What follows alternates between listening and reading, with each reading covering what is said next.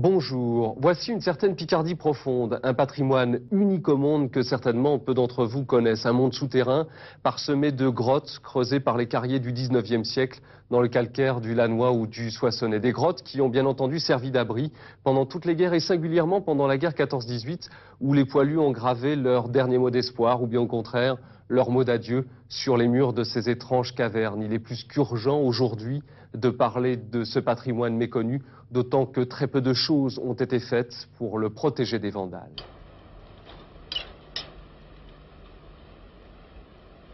Pierre Samin, 51 ans, chargé de mission au Chemin des Dames pour le compte du comité du tourisme de l'Aisne depuis 1980. Depuis plus de 10 ans, il arpente le fameux chemin et ses alentours à la découverte des grottes creusées par les carriers du 19e siècle et abondamment décorées par les poilus de la guerre 14-18.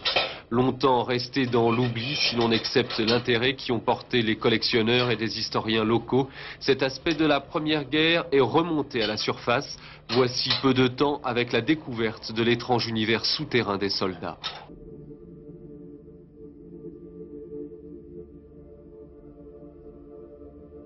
Servant d'abri et de cantonnement à l'arrière des premières lignes, près de 200 grottes de tailles très diverses ont été habitées dès 1914 par certains régiments afin de tromper l'ennui, de signaler leur passage à celui qui suivra, de tracer quelques mots d'espoir ou au contraire les derniers messages d'adieu avant d'aller saluer la mort en première ligne.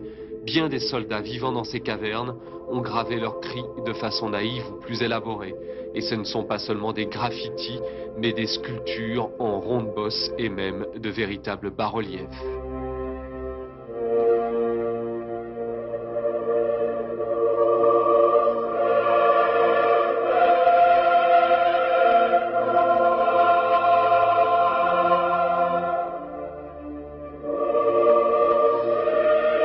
Un patrimoine unique au monde que l'une de nos équipes avait pour la première fois visité voici 3 ans, descendant dans certaines grottes du Chemin des Dames. Celle que nous parcourons aujourd'hui se trouve dans la région de Vic-sur-Aisne, où les troupes d'élite, zouaves et chasseurs à pied, ont combattu au début du conflit et à la fin de la guerre. Hommes et mulets vivaient ensemble dans ces carrières et les soldats avaient tout le loisir d'attendre le moment de monter à l'assaut.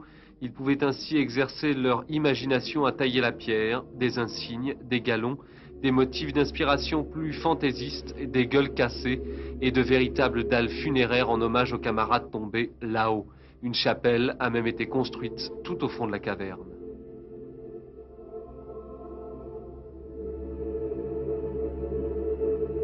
Hélas, ce patrimoine extraordinaire est menacé aujourd'hui de disparition. Malgré l'accès interdit, des curieux particulièrement bien informés ont en effet commencé à découper à la tronçonneuse certaines sculptures. Et les bas-reliefs que nous vous présentons ici ont d'ores et déjà été emportés par les malfaiteurs. Pierre Samin, il y a carrément des bas-reliefs qui sont découpés. Alors, les bas-reliefs, c'est la sculpture, la sculpture en bas-relief qui est découpée. Comment?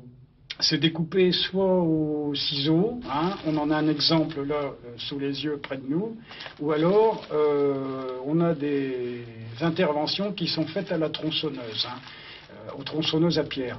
Il y a les dégradations, les destructions d'aménagement, des destructions d'aménagement et de cantonnement dans l'espoir de trouver des souvenirs ou des vestiges derrière les murets ou à l'intérieur des constructions faites par les occupants, par les soldats. Ces blocs de pierre qui sont tronçonnés, est-ce que vous savez où ils sont vendus?